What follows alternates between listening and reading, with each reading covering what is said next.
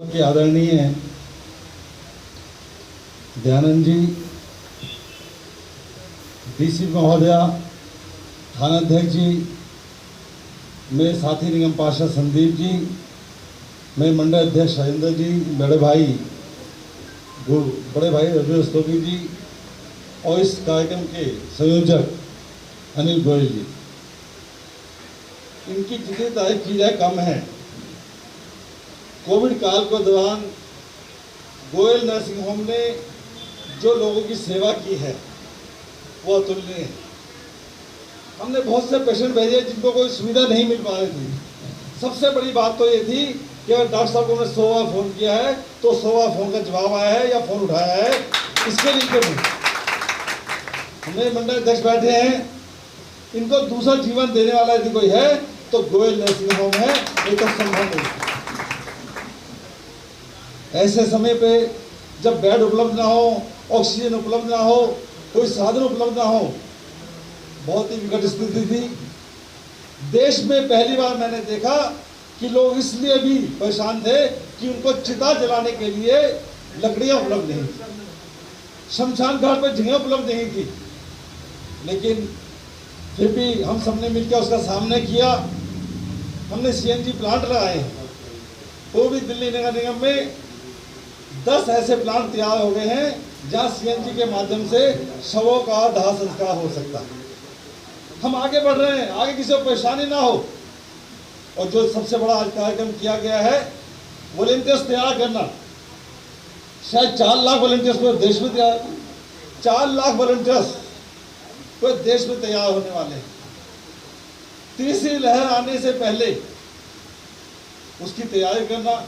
और मुझे तो विश्वास है तीसरी लहर नहीं आएगी। जिस ढंग से आदरणीय मोदी जी ने तैयारी चालू की है, हर किसी को वैक्सीन लग जाए, समय से लग जाए, और मुझे उम्मीद है शायद नवंबर तक पूरे देश में वैक्सीन लग जाएगी। जब सबको वैक्सीन लग जाएगी तो तीसरी लहर आना तो बहुत दूर, फटक भी नहीं सकती हमारे देश में।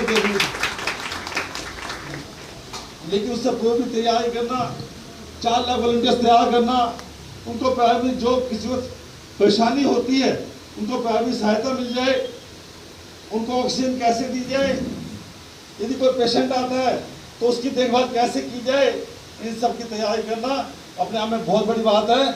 मैं इसके लिए डॉक्टर गोयल जी को बहुत बहुत धन्यवाद देता हूँ। और मैं बच्चों के लिए यही कहूँगा कि बड़े ध्यान से, बड़ी सूक्ष्मता से इस चीज़ को समझें। आप अगर तीसरी लहर आ गई, मैं फिर कहा नहीं आएगी, आगे तो आप लाखों लोगों का जीवन बचाएंगे, आप देश की सेवा में जुटेंगे और इसका जो आपको पुण्य मिलने वाला है वो जीवन भर मिलने वाला है। दिल्ली पुलिस की बात हुई, मेरी सोच में दिल्ली पुलिस के लिए ठीक नहीं थी, लेकिन कोरोना काल में दिल्ली पुलिस के लिए हम सबकी सोच बदल गई। इन लोगों ने पेशेंट को ले आकर हॉस्पिटल में एडमिट करवाया, इन लोगों ने भोजन पहुंचाया, इन लोगों ने ऑक्सीजन दी। कोई ऐसा काम नहीं था जो दिल्ली पुलिस ने नहीं किया हो। और मुझे उम्मीद है आने वाले समय में, भविष्य में दिल्ली पुलिस हम सबके साथ कंधे से कंधा मिलाकर चलेगी, हम सबका साथ देगी, हम सब साथ मिलकर काम करेंगे। बहुत बहुत धन्यवाद। मिशन के मेयर हैं, आज के हमारे मुख्य अतिथि हैं। मैं रिक्वेस्ट करूंगा संदीप जी, आपके क्षेत्र में माननीय मेयर साहब आए हैं तो उनका एक बुके देकर स्वागत करें। माननीय मेयर श्याम सुंदर अग्रवाल जी।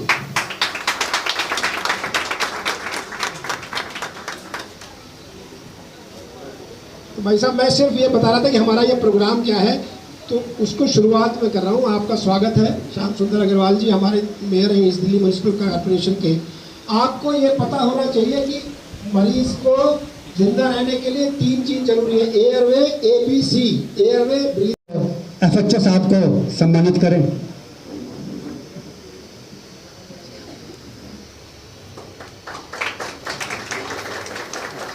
निर्भय जी, अगर मेरी आवाज सुन रहे हैं तो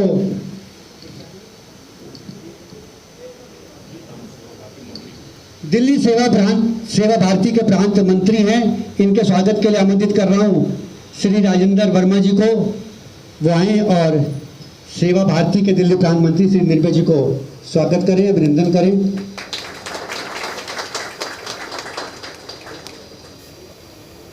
ताली एक बार संदीप कपूर जी के लिए। आज के इस ट्रेनिंग प्रोग्राम में, और ट्रेनिंग का ये कैरियर प्रोग्राम है, क्योंकि आप सभी बच्चे बिल्कुल अपना कैरियर स्टार्ट कर रहे हैं।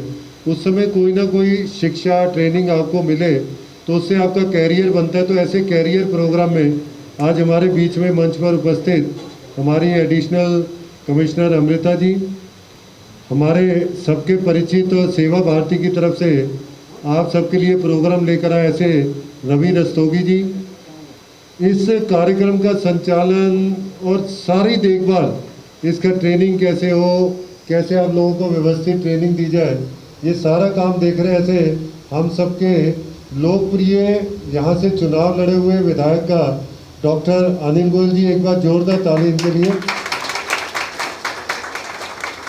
हमारे बहुत ही कर्मठ और हर समय कहीं ना कहीं दिखने वाले और लोगों की सेवा करने वाले ऐसे हमारे SHO राजकुमार जी, इनके लिए भी एक बार जोरदार ताली। क्षेत्र की बहुत ज़्यादा सेवा करते हैं और लॉ एंड ऑर्डर हर चीज़ पे इनकी नज़र रहती है।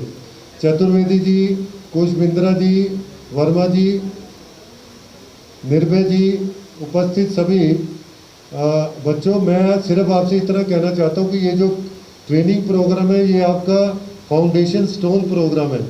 तो आप इसमें अच्छे से जो भी आपको सिखाया जा रहा है उसे पढ़ें, क्योंकि बहुत समय से आप लोगों को कोई क्लास नहीं हुई होगी। तो एक ये क्लासरूम ट्रेनिंग जो है ये एक यूनिक प्रोग्राम है।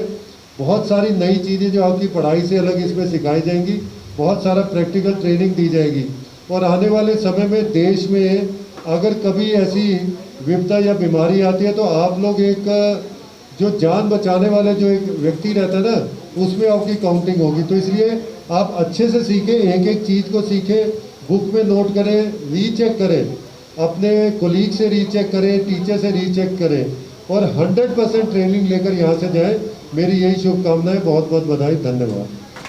रहेंगे कि आप अच्छा सीखो, अच्छा काम करो और अच्छा एनरोलमेंट आपका हो जाए। तो I would and my speech with this words कि आप अच्छा सीखो, अच्छा करो और एनरोलमेंट मैक्सिमम आप सब लोग में हो जाए। आपका हो जाएगा, आप सीखोगे। I want an yes from everyone. सब लोग यस, अच्छा सा सीख लीजिए। All the best, thank you so much. खड़े होंगे, ओम के उच्चारण से शुरू होंगे और ओम के उच्चारण से उसका समापन करेंगे। ओम।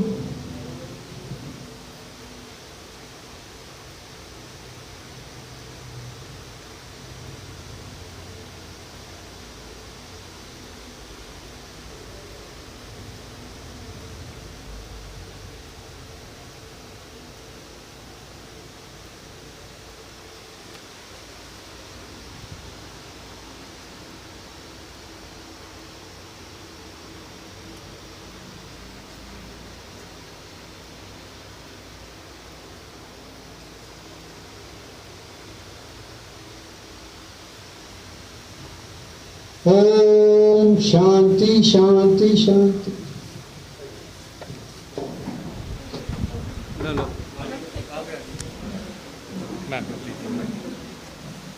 आज यहाँ जो कार्यक्रम का किया गया खासकर बच्चों को ट्रेनिंग के लिए, और जिसमें दिल्ली पुलिस ने काफ़ी मदद की, उससे लेकर क्या करेंगे? ये बहुत अच्छा कार्यक्रम है जो दिल्ली पुलिस कर रही है युवा के लिए। युवा प्रोग्राम है हमारा दिल्ली पुलिस का। उसमें बच्चों को हम हेल्थ केयर असिस्टेंट की, नर्सिंग असिस्टेंट की ट्रेनिंग दिए जाते हैं, जिसमें वो ट्रेनिंग करते हैं और उसके बाद जॉब फेयर भी कराते हैं, जिसमें जिसका भी सिलेक्शन हो जाता है उसका एनरोलमेंट हो जाता है कंसर्न्ड हॉस्पिटल में या लैब में या डायग्नोस्टिक सेंटर में, जिससे वो अपना रोज़गार खुद कमा सकते हैं और ज़िंदगी में आगे बढ़ सकते हैं। मैम, जॉब के लिए भी आपकी तरफ से कहा गया है कि बच्चों को जॉब फेयर मेला भी लगाया जाएगा, तो उसमें कौन कौन बच्चे पार्टिसिपेट कर पाएंगे?